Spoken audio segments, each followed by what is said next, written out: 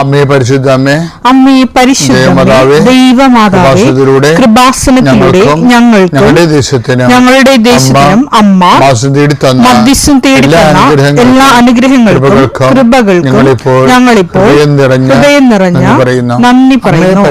അമ്മേ പരിശുദ്ധമ്മേ ദൈവമാതാവേ, 2004 ഡിസംബർ 7 ഉച്ചകഴിഞ്ഞ് 2:30 കൃപാസനത്തിൽ സംഭവിച്ച അമ്മയുടെ പ്രത്യക്ഷപ്പെടലിനെക്കുറിച്ച് തിരുസഭയ്ക്ക് സമർപ്പിച്ചിരിക്കുന്ന പഠനരേഖകളുടെ മേൽ സഭാത്മകമായ പഠനം ആരംഭിക്കുവാൻ ഞങ്ങൾ പ്രാർത്ഥിക്കുന്നു.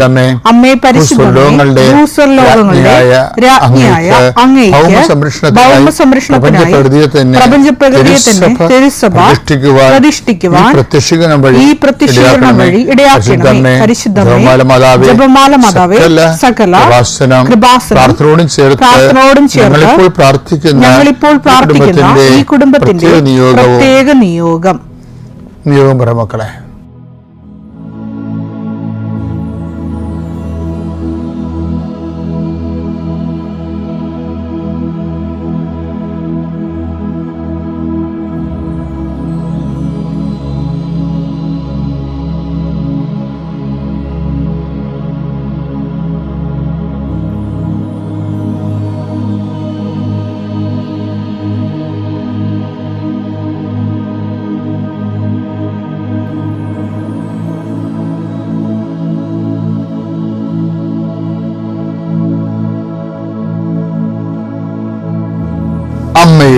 അമ്മയുടെ പ്രത്യക്ഷീകരണത്തിന്റെ ഈ അനുഗ്രഹവേളയിൽ ഞങ്ങൾക്ക് സാധിച്ചു തരുവാൻ കനിയണമേ.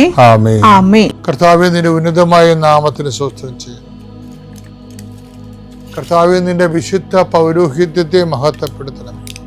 കർത്താവേ, സഭയിലുള്ള സാന്നിധ്യം പ്രകടമാക്കണമേ.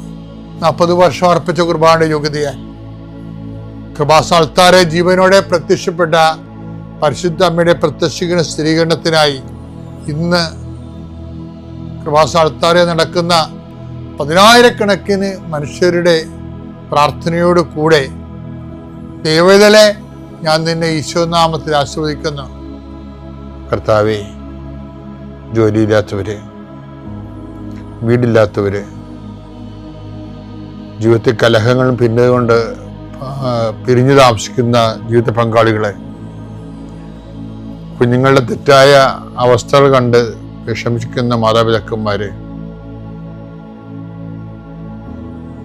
ശാരീരികമായ രോഗങ്ങളെ അവസരപ്പെടുന്നതും രോഗം ആകുന്നതിന് സമയമെടുക്കുന്നില്ലെന്ന് ഓർത്ത് ഉത്കണ്ഠപ്പെടുന്നവരെയും സമർപ്പിച്ച് പ്രാർത്ഥിക്കുന്നു. ഇന്ന് യാത്ര ചെയ്യുന്നവര്, ഇന്നത്തെ യാത്രയ്ക്ക് വേണ്ടി വിധവിധമായ ഒരുക്കിയിരിക്കുന്ന ലക്ഷ്യങ്ങള്, കണ്ടുമുട്ടുന്ന വ്യക്തികള്, സംസാരിക്കുന്ന സംഭാഷണങ്ങള്, എഴുതുന്ന രേഖകള്, ഒപ്പിടുന്ന ഡോക്യുമെന്റുകള്, പങ്കെടുക്കുന്ന ഇന്റർവ്യൂകള്, സെൻഡ് ചെയ്യുന്ന മെസ്സേജുകള് എല്ലാം കർത്താവിൻ്റെ കൃപയാൽ നിറയപ്പെടാനും നീ ഇന്ന് തിരികെ എത്തുന്ന സമയത്ത് കർത്താവിൻ്റെ കൃപ നിന്നെ നിറഞ്ഞു നിന്നുകൊണ്ട് സന്തോഷം വന്ന് ഉറങ്ങുവാനും ഇന്നത്തെ ദിവസം മുൻനിർത്തി നീ കണ്ടുമുട്ടുന്ന ഓരോ നിമിഷങ്ങളെയും, നിന്റെ ഓരോ സമയങ്ങളെയും, സന്ദർഭങ്ങളെയും, എല്ലാം സംരംഭങ്ങളെയും പരിശുദ്ധമ്മ ദൈവമാതാവിൻ്റെ മധ്യസ്ഥത്തിലെ രാത്രിയും തിരിച്ചെത്തുന്നവരെ കർത്താവിൻ്റെ നാമത്തിൽ മാതാവിൻ്റെ മധ്യസ്ഥതയും ഞാൻ നിന്റെ ജീവിതത്തെയും നിന്റെ കുടുംബത്തെയും ഈശോ നാമത്തെ ആശീർവദിക്കുന്നു. വിശ്വാസ പ്രമാണം. സർവശക്തനായ പിതാവും ആകാശത്തിന്റെയും ഭൂമിയുടെയും സൃഷ്ടാവുമായ ദൈവത്തിൽ ഞാൻ വിശ്വസിക്കുന്നു. അവിടുത്തെ ഏകപുത്രനും ഞങ്ങളുടെ കർത്താവുമായ ഈശോ മിശിഹായിലും ഞാൻ വിശ്വസിക്കുന്നു. ഈ പുത്രൻ പരിശുദ്ധാത്മാവിനാൽ ഗർഭസ്ഥനായി കന്യകാമറിയത്തിൽ നിന്ന് പിറന്ന് പൊന്തിയോസ് പീലാത്തോസിന്റെ കാലത്ത് പീഡകൾ സഹിച്ച് കുരിശിൽ തറയ്ക്കപ്പെട്ട് മരിച്ച് അടക്കപ്പെട്ട് പാതാളങ്ങളിൽ ഇറങ്ങി മരിച്ചവരുടെ ഇടയിൽ നിന്ന് 3-ാം നാൾ ഉയർത്ത് സ്വർഗത്തിലേക്ക് എഴുന്നള്ളി സർവശക്തിയുള്ള പിതാവായ ദൈവത്തിന്റെ വലതുഭാഗത്തിരിക്കുന്നു. അവിടെ നിന്ന് ജീവിക്കുന്നവരെയും മരിച്ചവരെയും വിധിക്കുവാൻ വരുമെന്നും ഞാൻ വിശ്വസിക്കുന്നു. പരിശുദ്ധാത്മാവിലും ഞാൻ വിശ്വസിക്കുന്നു. വിശുദ്ധ കത്തോലിക്കാ സഭയിലും പുണ്യവാന്മാരുടെ ഐക്യത്തിലും പാപങ്ങളുടെ മോചനത്തിലും ശരീരത്തിന്റെ ഉയർപ്പിലും നിത്യമായ ജീവിതത്തിലും ഞാൻ വിശ്വസിക്കുന്നു. ആമേൻ. സ്വർഗ്ഗസ്ഥനായ ഞങ്ങളുടെ പിതാവേ, അങ്ങയുടെ നാമം പൂജിതമാകണമേ. അങ്ങയുടെ രാജ്യം വരണമേ. അങ്ങയുടെ തിരുമനസ് സ്വർഗത്തിലെ പോലെ ഭൂമിയിലും ആകണമേ. അന്നു വേണ്ടുന്ന ആഹാരം ഇന്ന് ഞങ്ങൾക്ക് തരണമേ. ഞങ്ങളോട് തെറ്റ് ചെയ്യുന്നവരോട് ഞങ്ങൾ ക്ഷമിക്കുന്നത് പോലെ ഞങ്ങളുടെ തെറ്റുകൾ ഞങ്ങളോടും ക്ഷമിക്കണമേ. ഞങ്ങളെ പ്രലോഭനത്തിൽ ഉൾപ്പെടുത്തരുതേ, തിന്മയിൽ ഞങ്ങൾ രക്ഷിക്കണമേ. ആമേൻ. നന്മ നിറഞ്ഞ മറിയമേ, സ്വസ്തി. കർത്താവ് അങ്ങയുടെ കൂടെ സ്ത്രീകളിൽ അങ്ങ് അനുഗ്രഹിക്കപ്പെട്ടവളാകുന്നു. അങ്ങയുടെ ഉദരത്തിൻ ഫലമായി ഈശോ അനുഗ്രഹിക്കപ്പെട്ടവനാകുന്നു. പരിശുദ്ധ മറിയമേ, തമ്പുരാന്റെ അമ്മേ, പാപികളായ ഞങ്ങൾക്ക് വേണ്ടി ഇപ്പോഴും ഞങ്ങളുടെ മരണസമയത്തും തമ്പുരാനോട് അപേക്ഷിക്കണമേ. ആമേൻ. എൻ്റെ പ്രിയപ്പെട്ടവരെ, നമ്മള് ഈ 4 ദിവസവും വിശ്വാസ വളർച്ചയുടെ വിവിധ ഘടകങ്ങളെയും അതിൻ്റെ വളർച്ചയുടെ പരിണാമ ദിശകളെയും, ആ വിശ്വാസം വളർന്ന് സ്നേഹമാകുന്നതും വിശ്വാസം വളർന്ന് ക്ഷമയാകുന്നതൊക്കെ നമ്മൾ കണ്ടു. അപ്പോൾ നിനക്ക് സ്നേഹവും ക്ഷമയും ഉണ്ടെങ്കിൽ കടുത്ത വിശ്വാസിയാണ് നീ എന്നുള്ള അസസ്മെൻ്റാണ് വരണത്. ഇതിനെ ചുവട് പിടിച്ച് ഇനി 10 ദിവസം കുറെ കാര്യങ്ങൾ പറയുന്നുണ്ട്. കാര്യം ഇതിൻ്റെ മുഴുവനും വിശ്വാസ വളർച്ചയുടെ മുഴുവനും ടീച്ചിങ് എയ്ഡ്, അതുപോലെ തന്നെ പരീക്ഷണ നിലവെന്ന് പറയാം. പുതിയ പുതിയ വളങ്ങൾ കാണുമ്പോൾ കർഷകർ അത് നേരിട്ട് കൊണ്ടുപോയി പാടശേഖരത്തിൽ എല്ലാத்தைയും വിതറത്തില്ല. ആദ്യം ഒരു മാതൃക തോട്ടം ഉണ്ടാക്കിയിട്ട് അവിടെ ഇതൊക്കെ പരീക്ഷിച്ച് നോക്കും. കർത്താവ് സുവിശേഷത്തിൽ കർത്താവ് കൊണ്ടുവന്ന പുതിയ ഐറ്റംസ് എല്ലാം, വിശ്വാസത്തിൻ്റെ പുതിയ ഐറ്റംസ് എല്ലാം കർത്താവ് ഒരു മാതൃകാ തോട്ടം ഉണ്ടാക്കി കർത്താവ് പരീക്ഷിച്ചിട്ടാണ് പുറത്തേക്ക് വിതരണം ചെയ്യേണ്ടത്. അതിൻ്റെ ആ മാതൃകാ തോട്ടത്തിൻ്റെ പേരാണ് പത്രോസ്. കർത്താവിൻ്റെ പരീക്ഷണ തോട്ടമാണ്. ഇവൻ തോറ്റ കർത്താവ് തോക്കും. അത് കാരണം പത്രോസിനോട് ശാസിച്ചും സ്നേഹിച്ചും അതിമനോഹരമായിട്ട് കൊണ്ടുനടക്കണ കാണാം. വല്ലാത്തൊരു ബന്ധമാണ് അവർ തമ്മിൽ. ഇപ്പം വിശ്വാസത്തിൻ്റെ കാര്യത്തിൽ പത്രോസ് ഒത്തിരി കാര്യങ്ങൾ കർത്താവിൽ നിന്ന് പഠിച്ചു. കർത്താവിൻ്റെ ആ ലൈൻ പത്രോസ് ഫോളോ ചെയ്യുന്നുണ്ടായിരുന്നു. ശരിക്കും കർത്താവിനെ ടൈറ്റായിട്ട് ഫോളോ ചെയ്യുന്ന ഒരാളാണ് പത്രോസ്. അപ്പം പല കാര്യങ്ങളും പത്രോസിന് റേഷനും വിലക്കാണ് കിട്ടുന്നത്. ഭയങ്കര റേഷൻ വില എന്ന് പറയണത്. പത്രോസിനോട് പറയും, ഇതിൻ്റെ വില നീ കൊടുക്കണില്ല, ഇത് പിതാവ് സൗജന്യ ദാനം തന്നിരിക്കുന്നതാണ്, നിനക്ക് മാത്രമേ ഉള്ളൂ കേട്ടോ എന്ന് പറയും. അതാണ് എൻ്റെ പിതാവ് വെളിപ്പെടുത്തുന്നതാണെന്നൊക്കെ പറയുന്നത്.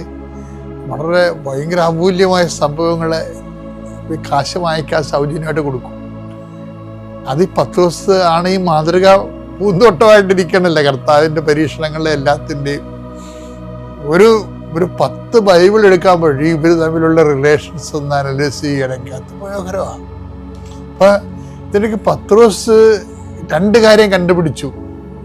എന്താണ് വിശ്വാസം എന്ന് പറഞ്ഞ് പത്രോസാണ് അന്ന് വെട്ടണത്. കർത്താവ് എൻ്റെ സഹോദരനോട് ഞാൻ എത്രമാത്രം ക്ഷമിക്കണമെന്ന് പറഞ്ഞപ്പോൾ കർത്താവ് പറഞ്ഞ് 70 പ്രാവശ്യം. അപ്പം പത്രോസ് പറഞ്ഞു ഞങ്ങളുടെ വിശ്വാസം വർദ്ധിപ്പിക്കണമെന്ന്. അപ്പം അന്ന് മനസ്സിലായി വിശ്വാസത്തിന് ക്ഷമയെന്നുള്ള ഒരു അപരനുണ്ടെന്ന്. വിശ്വാസത്തിന് ക്ഷമയെന്നുള്ള അപരനുണ്ട്. അത് പൗലോസും അത് ഐഡിയക്കാരനാണ്. അതാണ് 1 തെസ്സലോനിയൻസ് നമ്മൾ കാണിച്ചത്. വിശ്വാസത്തിന് സഹോദര സ്നേഹം എന്നുള്ള അപരനെ കണ്ടുപിടിച്ചത് പൗലോസാണ്. അത് അദ്ദേഹം ഒരു ഈ ശിഷ്യത്വത്തിന് പണിശാലയിലെ ഏകലവ്യനാണ്. കൂടെ കൊണ്ടു നടന്ന് പഠിപ്പിച്ചില്ലെങ്കിലും ആത്മാവിൽ എപ്പോഴും പൗലോസിനെ ദൈവം സ്വകാര്യമായി പഠിപ്പിക്കുമായിരുന്നു. പക്ഷെ പഠിപ്പിക്കുന്ന സിലബസ് എല്ലാം സെയിമാണെന്നേ ഉള്ളൂ. പക്ഷെ പത്രോസ് ആ പഠനത്തിൽ കുറച്ച് അഡ്വാൻസ് ആയി.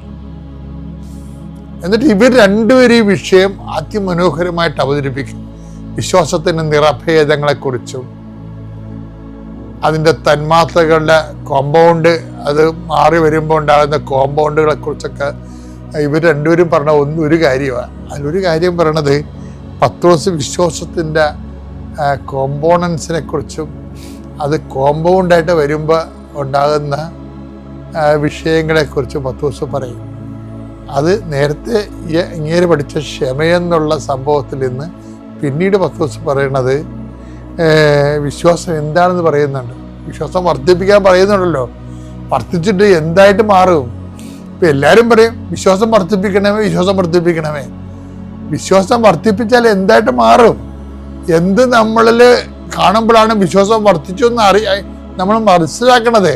2 പത്രോസിന് 1:5 ഇക്കാരണത്താൽ നിങ്ങളുടെ വിശ്വാസത്തെ സുകൃതം കൊണ്ടും വേണ്ട സംഭവം വെറുതെ വേണ്ട. എന്താ നേരത്തെ പറഞ്ഞത്? വിശ്വാസത്തെ സുകൃതം കൊണ്ടും സുകൃതത്തെ ജ്ഞാനം കൊണ്ടും ജ്ഞാനത്തെ ആത്മസംയമനം കൊണ്ടും ആത്മസംയമനത്തെ ക്ഷമ കൊണ്ടും ക്ഷമയെ ഭക്തി കൊണ്ടും ഭക്തിയെ സഹോദര സ്നേഹം കൊണ്ടും സഹോദര സ്നേഹത്തെ ഉപവി കൊണ്ടും സമ്പൂർണമാക്കാൻ നന്നായി ഉത്സാഹിക്കുവിൻ. വിശ്വാസം സമ്പൂർണ്ണമാക്കണമെങ്കിൽ അപ്പൊ എന്താണ് സമ്പൂർണ്ണമാക്കണത്? ശരിക്കും പറഞ്ഞാൽ വിശ്വാസമാണ് സമ്പൂർണ്ണമാക്കണത്. ഞങ്ങളുടെ വിശ്വാസത്തെ വർദ്ധിപ്പിക്കണമേ എന്ന് ഇവര് ലൂക്കാ 17:5 പറഞ്ഞില്ലേ? ഈ വിശ്വാസം വർദ്ധിച്ചാൽ എങ്ങനെയാണ് ഇരിക്കണത്? അതെന്താണ്? ആദ്യം വിശ്വാസം വർദ്ധിക്കണത് എങ്ങനെയാണ്? വിശ്വാസത്തെ സുഹൃതം കൊണ്ടും.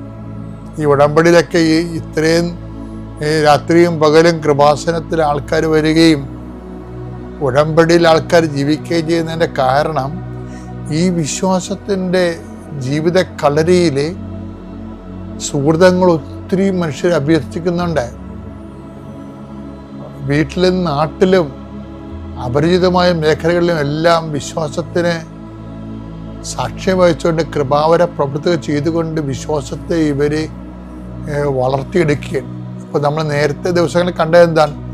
വിശ്വാസത്തിൻ്റെ അപരന്മാരെന്തൊക്കെയാണ്? വിശ്വാസത്തിൻ്റെ പരിഷ്കൃത രൂപങ്ങൾ, വിശ്വാസത്തിൻ്റെ റിഫൈൻഡ് ആയിട്ടുള്ള വിശ്വാസത്തിൻ്റെ എന്താ വെച്ചാൽ സംസ്കൃത രൂപങ്ങൾ. വിശ്വാസത്തിൻ്റെ സംസ്കൃത രൂപങ്ങളെന്ന് പറയുമ്പോൾ ഒന്നെന്താണ്? പരസ്പര സ്നേഹം. വിശ്വാസത്തിൻ്റെ സംസ്കൃത രൂപം 2 എന്താണ്? ക്ഷമ. നമ്മളത് ഇന്നലെ കണ്ടായിരുന്നു. ക്ഷമയെന്ന് പറഞ്ഞാൽ എന്താണ്? സഹിക്കുന്ന സ്നേഹത്തിനാണ് ക്ഷമയെന്ന് പറഞ്ഞത്. അപ്പൊ നമുക്ക് നഷ്ടമാണ് ശരിക്കും പറഞ്ഞാൽ. സ്നേഹം തന്നെയാണ്, പക്ഷെ അതിനകത്തൊരു സഹനമുണ്ട്. അതുകൊണ്ട് സഹിക്കുന്ന സ്നേഹമാണ് വിശ്വാസം അല്ലെങ്കിൽ ക്ഷമ. അതും ശരിക്കും പറഞ്ഞാൽ വിശ്വാസം തന്നെയാണ്. ഇപ്പൊ എന്താ ഒരു കുഴപ്പം വന്നിരിക്കണമെന്ന് വെച്ച് കഴിഞ്ഞാൽ ഈ വിശ്വാസം എന്നുള്ളത് ആശയപരമായ എന്തോ വിഷയമായിട്ടാണ് പലരും തിരക്കേറിയിരിക്കുന്നത്. എന്നല്ല, ഇത് യേശുക്രിസ്തു എന്ന് പറഞ്ഞൊരു റിഡംപ്റ്റീവ് പ്രോജക്റ്റിൻ്റെ ആ ഒരു പേഴ്സണിൻ്റെ അടിസ്ഥാനത്തിലുള്ള വിശ്വാസ പ്രക്രിയ അല്ലെങ്കിൽ മുന്നേറ്റങ്ങളിൽ വരുന്നതാണ് എന്താണ്? 1 സ്നേഹം, അതും വിശ്വാസം തന്നെ. 2 ക്ഷമ നമ്മൾ കണ്ടു.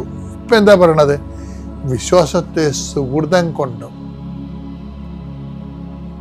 സുഹൃതം എന്ന് പറഞ്ഞു കഴിഞ്ഞാൽ സൽപ്രവൃത്തികൾ അല്ലെങ്കിൽ കൃപാവര പ്രവൃത്തികൾ. പിന്നെന്താ? വിശ്വാസത്തെ സുഹൃതം കൊണ്ടും സുഹൃതത്തെ ജ്ഞാനം കൊണ്ടും. ഇപ്പൊ സുഹൃതം ഇങ്ങനെ കൂട്ടി വരുമ്പോൾ എന്തുമാത്രം സുഹൃതങ്ങളാണ് ആൾക്കാർ ചെയ്തു കൊടുക്കുക. ഇപ്പൊ പണ്ട് നന്മമലകൾ എന്നൊക്കെ പറഞ്ഞ് എന്തുമാത്രം മരങ്ങളിവിടെ വാടിക്കൊഴിഞ്ഞ് വീണ മണ്ണാണിത്. ഇപ്പൊ നന്മമരങ്ങളൊന്നും കുറിച്ച് കേൾക്കണില്ലല്ലോ. ആ സുഹൃതങ്ങളുടെ ഒരു പ്രശ്നം എന്ന് വെച്ച് കഴിഞ്ഞാല് സുഹൃതത്തെ എന്താണ്? ജ്ഞാനം കൊണ്ടും. അല്ല കേവലം ഒരു മനുഷ്യന് ഒരു സുഹൃതം ചെയ്യുന്നതിന് അടിസ്ഥാനങ്ങൾ ഉണ്ടാകണം. സുവിശേഷ സുഹൃത്തത്തിൻ്റെ അടിസ്ഥാനം എന്താണ്? ക്രിസ്തുവാണ്. അപ്പം ക്രിസ്തു കേന്ദ്രീകൃതമായ പ്രവർത്തനങ്ങളാണ് ജ്ഞാനത്തിൽ വരുന്നത്. ജ്ഞാനം എന്ന് പറയുന്നത് അനുഭവം, അറിവും ആ എന്തിനു വേണ്ടിയാണ് ഇപ്പം സുഹൃതം ചെയ്യുന്നത്, സുഹൃതം ഒരാൾ ചെയ്യണത് എന്തിനു വേണ്ടിയാണ്? ക്രിസ്തുവിന്റെ നാമത്തെ മഹത്വപ്പെടുത്താൻ. അതാണ് എൻ്റെ ജ്ഞാനം എന്ന് പറയുന്നത്. ക്രിസ്തുവിന്റെ നാമത്തെ മഹത്വപ്പെടുത്താൻ അല്ലെങ്കിൽ ഇപ്പം ചില ആൾക്കാരെ വോട്ട് ചെയ്യാൻ വേണ്ടി കാറ് പിടിച്ചാൽ കൊണ്ടുപോകത്തില്ലേ? വോട്ട് ചെയ്ത് കഴിയുമ്പോൾ പിന്നെ ആ കാറും ഉണ്ടാകത്തില്ല, സൈക്കിളും ഉണ്ടാകത്തില്ല. അങ്ങനെ സുഹൃത്തം ചെയ്യുന്ന ആൾക്കാരില്ലേ നാട്ടില്? അതുപോലെ ജ്ഞാനമില്ല അതിനകത്ത്. നമുക്ക് സുഹൃത്തം ചെയ്യുമ്പോൾ ഒരു ജ്ഞാനമുണ്ട്. എന്താണ്? ക്രിസ്തുവിന്റെ നാമത്തെ മഹത്വപ്പെടുത്തുന്നതിന് വേണ്ടിയും ദൈവവചനത്തിന്റെ പൂർത്തീകരണത്തിന് വേണ്ടിയാണ് നമ്മൾ സൽപ്രവൃത്തികൾ ചെയ്യുന്നത്. ഇനിയിപ്പോൾ അടുത്ത ദിവസം പറയാം. ഓരോ ദിവസം കേട്ടാൽ മതി. ഇപ്പം നിങ്ങൾ അതായത് ആദ്യം നമ്മൾ വിശ്വാസം സ്നേഹമാണെന്ന് കണ്ടു, വിശ്വാസം ക്ഷമയാണെന്ന് കണ്ടു, ഇപ്പോൾ വിശ്വാസം സുഹൃതമാണെന്ന് കണ്ടു, വിശ്വാസം ജ്ഞാനമാണെന്ന് കണ്ടു. അപ്പം നിങ്ങൾക്ക് ജ്ഞാനം ഉണ്ടെങ്കിൽ, സുഹൃതം ഉണ്ടെങ്കിൽ, ക്ഷമയുണ്ടെങ്കിൽ, സ്നേഹമുണ്ടെങ്കിൽ നിങ്ങൾക്ക് അടുത്ത വിശ്വാസിയാണ്. ആനിമ്മ, ഞാൻ ചങ്ങനാശ്ശേരിയിൽ നിന്ന് വരുന്നു. അമ്മ പ്രത്യക്ഷപ്പെട്ട ഈ പുണ്യഭൂമിയിൽ നിൽക്കുവാൻ പാപിയായ മകൾക്ക് കൃപ ചെയ്തു തന്ന പരിശുദ്ധ അമ്മയ്ക്കും തിരുക്കുമാരനും കോടാനുകോടി നന്ദി. ഞാൻ ഇവിടെ ഉടമ്പടി എടുക്കുവാൻ ആദ്യം വന്നത് 2020 ജനുവരി 13 ഉടമ്പടി എടുക്കുവാൻ ഞാനിവിടെ വരാനുണ്ടായൊരു സാഹചര്യം എന്നത്, എൻ്റെ മകൾ പ്രഗ്നൻ്റ് ആയിരുന്നു. അവൾ കാനഡയിലായിരുന്നു. കൊറോണയുടെ സാഹചര്യത്തിൽ എനിക്ക് ആ മകളുടെ അടുക്കലോട്ട് പോകുവാനുള്ള ഒരു അവസരം ലഭിച്ചില്ല. അപ്പോൾ ഞാൻ വിചാരിച്ചു എൻ്റെ അമ്മയുടെ അടുക്കൽ വന്ന് ഉടമ്പടി എടുത്ത് എൻ്റെ മകളെ ഞാൻ അമ്മയുടെ കരങ്ങളിൽ കൊടുക്കാം എന്നുള്ളൊരു വിശ്വാസത്തിലാണ്. അവളുടെ മദറിൻലോ എന്നോട് പറഞ്ഞു, എൻ്റെ കൂടെ വരിക, ഞാനിവിടെ കൃപാസനത്തിൽ കൊണ്ടുവരാം എന്ന് പറഞ്ഞ് ഞങ്ങളിവിടെ വന്ന് ഉടമ്പടി എടുത്ത് ഞാൻ പ്രാർത്ഥിച്ചു. മകൾക്ക് ഡെലിവറി സമയമായപ്പോൾ ഹോസ്പിറ്റലിൽ അഡ്മിറ്റായി. എന്നാൽ 24 മണിക്കൂർ കഴിഞ്ഞിട്ടും അവൾക്ക് ഡെലിവറി നടന്നില്ല. അപ്പോൾ എൻ്റെ മകൻ എന്നോട് വിളിച്ച് പറഞ്ഞു, മമ്മി അവൾക്ക് ഡെലിവറി ഇച്ചിരി കോംപ്ലിക്കേറ്റഡ് ആണ്, മമ്മി പ്രാർത്ഥിച്ചുകൊള്ളുക. ഈ സമയമൊക്കെയും ഞാൻ അമ്മ മാതാവിൻ്റെ എടുക്കൽ തിരികത്തിച്ച് വെച്ചിരുന്ന് പ്രാർത്ഥിച്ചുകൊണ്ടിരിക്കുമായിരുന്നു. അത്ഭുതമെന്ന് പറയട്ടെ, ഈ സമയത്ത് ആ ലേബർ റൂമിൽ ചങ്ങനാശ്ശേരിയിൽ നിന്നുള്ള ഒരു ഓമന എന്ന മകൾ നേഴ്സായി വരികയും ആ ലേബർ റൂമിൻ്റെ ചാർജിൽ അവർ വരികയും ചെയ്തു. അത്ഭുതകരമായി ആ മകൾ എന്നെ വീഡിയോ കോൾ ചെയ്ത് എന്നോട് സംസാരിച്ചു. അമ്മ വിഷമിക്കേണ്ട, ഞാനിവിടെ ഉണ്ട്, അമ്മ പ്രാർത്ഥിച്ചോളാൻ പറഞ്ഞു. അങ്ങനെ ഞാൻ പ്രാർത്ഥിച്ചു. നിമിഷങ്ങൾക്കകം ഡെലിവറി കഴിഞ്ഞു. അമ്മയും കുഞ്ഞും സുഖമായി വീട്ടിൽ പോയി. എൻ്റെ മകൾ ഒരു ഡോക്ടറാണ്. എന്നാൽ അവിടെ കാനഡയിൽ വർക്ക് ചെയ്യണമെങ്കിൽ അവിടുത്തെ PG വേണം. ആ PGക്ക് വേണ്ടി അവൾ 4 പ്രാവശ്യം അവിടുത്തെ എക്സാം എഴുതി. എന്നാൽ കുറഞ്ഞ പോയിൻറ്റിന് 1-2 മാർക്കിൻ്റെ വ്യത്യാസത്തിൽ അവൾ പരാജയപ്പെടുകയാണ് ഉണ്ടായത്. അവൾക്ക് ഭയങ്കര ഡിപ്രഷൻ മൂഡായി. ഈ സമയമൊക്കെയും അവൾ നല്ല വിശ്വാസമുള്ളൊരു മകളാണ്. ഞാൻ പറഞ്ഞു, മകളെ മോൾ വിഷമിക്കേണ്ട, അമ്മ നിനക്ക് തരും, നിൻ്റെ സമയമായിട്ടില്ല, നിൻ്റെ കുഞ്ഞൊക്കെ ഒന്ന് വളരാനായിരിക്കും അമ്മ അവസരം തരുന്നതെന്ന് ഞാൻ പറഞ്ഞു. അങ്ങനെ അവൾ വീണ്ടും US PGക്കുള്ള എൻട്രൻസ് എക്സാം എഴുതി. ആ എക്സാമിൽ അവൾ വിജയിച്ചു. കഴിഞ്ഞ മാസം അവൾ ഇവിടെ വന്ന് അച്ഛനെ കാണുവാനും ഉടമ്പടി എടുക്കുവാനുമുള്ള ഒരു വലിയ ഭാഗ്യം കിട്ടി. അമ്മയ്ക്ക് കോടാനുകോടി നന്ദി. എൻ്റെ രണ്ടാമത്തെ സാക്ഷി എന്ന് പറയുന്നത് എൻ്റെ 22 വയസ്സായ എൻ്റെ ഇളയ മകന് വേണ്ടിയിട്ടായിരുന്നു. അവൻ പിരിപിരിപ്പനെന്ന് പറഞ്ഞാൽ ഇതുപോലൊരു പിരിപിരിപ്പുള്ള മകനെ ഞാൻ കണ്ടിട്ടില്ല. അവന് വണ്ടി റേസിംഗ് ആയിരുന്നു അവൻ്റെ ഏറ്റവും വലിയ ഹോബി. 2 വീലർ എടുത്ത് 100 സ്പീഡിൽ പോയി അവൻ റോഡിൻ്റെ നടുക്ക് എന്ന് പൊക്കുക, ഇങ്ങനെയുള്ള അഭ്യാസ പ്രകടനങ്ങളൊക്കെ ആയിരുന്നു അവൻ കാണിച്ചുകൊണ്ടിരുന്നത്. ഞാൻ ഈ ഉടമ്പടി എടുത്ത കാശ് രൂപം അവൻ്റെ ബെഡിനടിയിൽ വെച്ച് അവന് വേണ്ടി നിരന്തരമായി പ്രാർത്ഥിക്കുമായിരുന്നു. അവൻ കുറച്ച് കൂട്ടുകാരുമൊത്ത് ടൂറ് പോയി വന്നു കഴിഞ്ഞപ്പോൾ ഭയങ്കര ഛർദിലും അതിഭയങ്കരമായ തലവേദനയുമായിരുന്നു. അപ്പോൾ മകൾ പറഞ്ഞു, മമ്മി അവനെ പെട്ടെന്ന് ഹോസ്പിറ്റലിൽ കൊണ്ടുപോകും. അപ്പോൾ കൊറോണയുടെ സാഹചര്യമായിരുന്നു. ഞങ്ങളോർത്ത് കൊറോണ ആയിരിക്കുമെന്ന്. അവൻ ഛർദ്ദിക്കുന്നത് കണ്ടാൽ കരിയോയിൽ എങ്ങനെ ഇരിക്കും അതുപോലെയായിരുന്നു. അപ്പം ഞങ്ങൾക്ക് സംശയമുണ്ട്, ഇനിയും അവൻ പോയ വഴിക്കുമല്ലോ മദ്യപിച്ചോ എന്താ ഒന്നും അറിയത്തില്ല. എങ്കിലും ഞങ്ങൾ ഹോസ്പിറ്റലിൽ ചെന്നു, കൊറോണ ടെസ്റ്റ് ചെയ്തു, അതൊന്നും അല്ല. മോള് പറഞ്ഞു, മമ്മി അവനെ ന്യൂറോ സർജനെ കാണിക്കുക. ഡോക്ടർ എല്ലാ ട്രീറ്റ്മെൻറ്റ് നടന്നു, തലയുടെ 4 സ്കാനിങ് ചെയ്തു, പക്ഷേ ഒരസുഖവും ഇല്ല. ഈ സമയമൊക്കെയും ഞാൻ അവൻ്റെ തലയുടെ വിശുദ്ധ തൈലം എടുത്ത് പുരട്ടുകയും അവൻ്റെ കയ്യിൽ കാശിലും അവൻ്റെ കഴുത്തയിൽ ഇട്ട് കൊടുക്കുകയും ഈ സമയമൊക്കെയും പ്രത്യക്ഷീകരണ പ്രാർത്ഥനയും ഉടമ്പടി പ്രാർത്ഥനയും ചൊല്ലി ഞാൻ നിരന്തരം പ്രാർത്ഥിച്ചുകൊണ്ടിരിക്കുകയായിരുന്നു.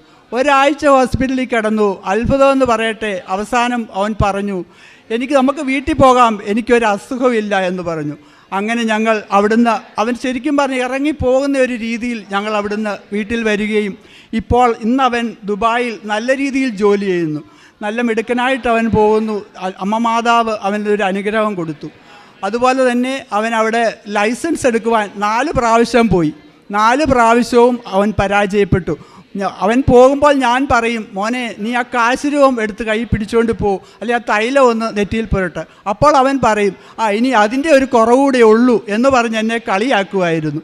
5-ാം പ്രാവശ്യം അവൻ പോയപ്പോൾ അവൻ എന്നെ വിളിച്ചു പറഞ്ഞു, മമ്മി ഞാൻ ടെസ്റ്റിന് പോവുകയാണ്, മമ്മി പ്രാർത്ഥിക്കണം. ഞാൻ പറഞ്ഞു, മോൻ ധൈര്യമായിട്ട് പോക്കോ, ഞാൻ വിശ്വസിക്കുന്ന കൃപാസനം അമ്മയുണ്ട്, ആ അമ്മ നിനക്ക് തന്നിരിക്കുമെന്ന് പറഞ്ഞു. നീ ഒരു കാര്യം ചെയ്യണം, ഞാൻ പ്രാർത്ഥിച്ചോളാം, മോൻ വിജയിച്ച് വരുമ്പോൾ നീ അമ്മയുടെ തിരുസന്നിധിയിൽ വരാം, നമുക്കെല്ലാം ശരിയാക്കാം മമ്മി, ഞാനിവിടെ വരാം എന്ന് പറഞ്ഞവൻ പോയി. അവൻ ആ ടെസ്റ്റിൽ അവൻ വിജയിക്കുകയും ചെയ്തു. അതുപോലെ തന്നെ ഉടമ്പടി കാശുരവും വിശുദ്ധ തൈലവും ഉടമ്പടി ഉപ്പുമൊക്കെ ഉപയോഗിച്ച് ഒത്തിരി അനുഗ്രഹങ്ങൾ എനിക്ക് കിട്ടിയിട്ടുണ്ട്. എൻ്റെ 2.5 വയസ്സുള്ള എൻ്റെ മകളുടെ കുഞ്ഞിന് പനി കൂടിയിട്ട് നാവിലും വായിലും ഒക്കെ ഒരു ഫംഗൽ രോഗം ഉണ്ടായി. വാ തൊട്ട് വായുടെ അകം മുഴുവൻ പഴുത്ത കുമിളകളായിരിക്കും. 6-7 ദിവസം വെള്ളം പോലും കുടിക്കാതിരുന്ന കുഞ്ഞ്. ഞാൻ എന്നും അമ്മയോട് നിരന്തരം പ്രാർത്ഥിച്ചുകൊണ്ടിരുന്നു. അവസാനം ഞാൻ ഉടമ്പടി ഉപ്പ് എൻ്റെ വിരളയിലെടുത്ത് എൻ്റെ കുഞ്ഞിൻ്റെ വാ തുറന്ന് ഞാൻ പുരട്ടി. അത്ഭുതകരമായി അവൾ ഒരു 3 മണിക്കൂർ കഴിഞ്ഞപ്പോൾ ഞാൻ വാ തുറന്ന് നോക്കുമ്പോൾ ആ വായിൽ ഒരു അസ്വസ്ഥതയും ഇല്ല. ആ വായെല്ലാം നാക്കെല്ലാം ക്ലിയറായി. അങ്ങനെ ഒരു അത്ഭുതവും എൻ്റെ അമ്മ എനിക്ക് തന്നു. അതുപോലെ തന്നെ എൻ്റെ ഹസ്ബൻഡിന് പൈൽസിൻ്റെ അസുഖം ഉണ്ടായിരുന്നു. അതും ഉടമ്പടി തൈലം വെച്ച് ഞാൻ പ്രാർത്ഥിച്ചു. ആ മനുഷ്യൻ വേദന കൊണ്ട് പുളയുകയായിരുന്നു. അപ്പോഴും എൻ്റെ അമ്മയോട് ഞാൻ പ്രാർത്ഥിച്ചു, അമ്മേ ഞാനിവിടെ വന്ന് ഓരോന്നും സാക്ഷ്യം പറഞ്ഞുകൊള്ളാം, അമ്മ എനിക്ക് അനുഗ്രഹം തരണേ. ഞാനിവിടെ അമ്മയുടെ ഒരു സാക്ഷിയാണ്. ഞാനിവിടെ മിക്ക ദിവസങ്ങളിൽ ഇവിടെ വരികയും ഇവിടുത്തെ എല്ലാ കർമ്മങ്ങളിലും പങ്കുകയും ചെയ്യും. അതുപോലെ തന്നെ അച്ഛൻ്റെ യൂട്യൂബിലെ എല്ലാ ആഴ്ചയിലും ഞാൻ വീട്ടിലിരുന്ന് ആരാധന കൂടുന്നതാണ് മകളാണ്. എൻ്റെ അടുക്കൽ ഒത്തിരി മക്കൾ വരും, ഒരു കാശ് രൂപം തരാവോ അല്ലെങ്കിൽ ഇച്ചിരി തൈലം തരാവോ. ആ മക്കളെയൊക്കെ ഞാൻ പരിശുദ്ധ അമ്മയിലേക്ക് പറഞ്ഞു വിടുന്നുണ്ട്. ഇത്രയും അനുഗ്രഹങ്ങൾ തന്ന എൻ്റെ അമ്മയ്ക്കും എൻ്റെ ഈശോയപ്പച്ചനും എൻ്റെ പരിശുദ്ധ അമ്മയ്ക്കും കോടാനുകോടി നന്ദി. ജാനകി, ഞാൻ അങ്കമാലി മൂക്കന്നർ നിന്ന് വരുന്നു. എൻ്റെ മോൻ പുറത്തേക്ക് പോയി. അവിടെ 2 വർഷത്തേക്കായിരുന്നു അവൻ്റെ വിസ. അവൻ 1.5 കൊല്ലം അവിടെ ഏകദേശം ജോലി നോക്കി. സാലറിയോ അവന് കൊറോണ കാരണം അവന് ഭയങ്കര പണി ഒന്നും ഉണ്ടായില്ല, ഭയങ്കര ബുദ്ധിമുട്ടായിരുന്നു. അങ്ങനെ അവൻ അടുത്തുള്ള ഒരു സ്ഥലത്തേക്ക് പോയി. അവിടെ ചെന്നപ്പോൾ അവർ വന്നു പറഞ്ഞു, കമ്പനിക്കാർ പറഞ്ഞു, നിങ്ങൾക്ക് ജോലി തരാം, ശമ്പളം തരാം, നിങ്ങൾ അങ്ങോട്ട് പോരേന്ന് പറഞ്ഞു. 11 ആളാണ് പോയത്. അതിൽ ഞാൻ ഓടി വന്ന് ഉടമ്പടി വെച്ചു. അമ്മേനെ വിളിച്ചു, അമ്മേ എൻ്റെ മോൻ ആകെ തകർന്നു കിടക്കുന്നു, ഇനി ഞാൻ എന്ത് ചെയ്യും അമ്മേ എന്നും പറഞ്ഞ് ഞാൻ ഉടമ്പടി എടുത്തു, പ്രാർത്ഥിച്ചു. എന്നിട്ട് അവന് മാത്രം ഒരാൾക്ക് അവിടെ നിൽക്കാൻ കിട്ടിയുള്ളൂ, ബാക്കി എല്ലാവരും പോന്നു. അത് കഴിഞ്ഞ് 1 വർഷത്തോളമായി. അവന് 3 മാസത്തേക്കുള്ള വിസ വന്നുള്ളൂ. ഡിസംബറിൽ അവന് പോനും വിസ ഒന്നുമില്ല. 3 മാസം വന്ന് അത് കഴിയാറായി. എന്ത് ചെയ്യും അമ്മയെന്ന് പറഞ്ഞു. ഞാൻ എന്നിട്ട് പ്രാർത്ഥിച്ചു, അമ്മയുടെ മുട്ടിപ്പായിട്ട് അമ്മോട് പ്രാർത്ഥിച്ചു. അത് കഴിഞ്ഞ് 1.5 കൊല്ലത്തെ വിസ അവന് വന്നു. ഈ അമ്മയ്ക്ക് 1000 നന്ദി. അവൻ ഈ ഡിസംബർ 21 അവൻ വരും. അവന് വിസ എല്ലാം കിട്ടി. അവൻ സന്തോഷമായിട്ടാണ് വന്നത്. അമ്മയ്ക്കും കുമാരനും 1000 നന്ദി. പിന്നെ എൻ്റെ ആങ്ങളയുടെ മകൻ അസുഖമായിട്ട് ആസ്പത്രി കിടക്കാറുണ്ട് എല്ലപ്പിൽ. ഞാൻ ഇങ്ങനെയൊക്കെ വന്നാവുകൊണ്ട് അവർക്ക് എന്നോട് ഇഷ്ടമില്ല, എന്നെ ഭയങ്കര പരിഹസനമൊക്കെ ആയിരുന്നു.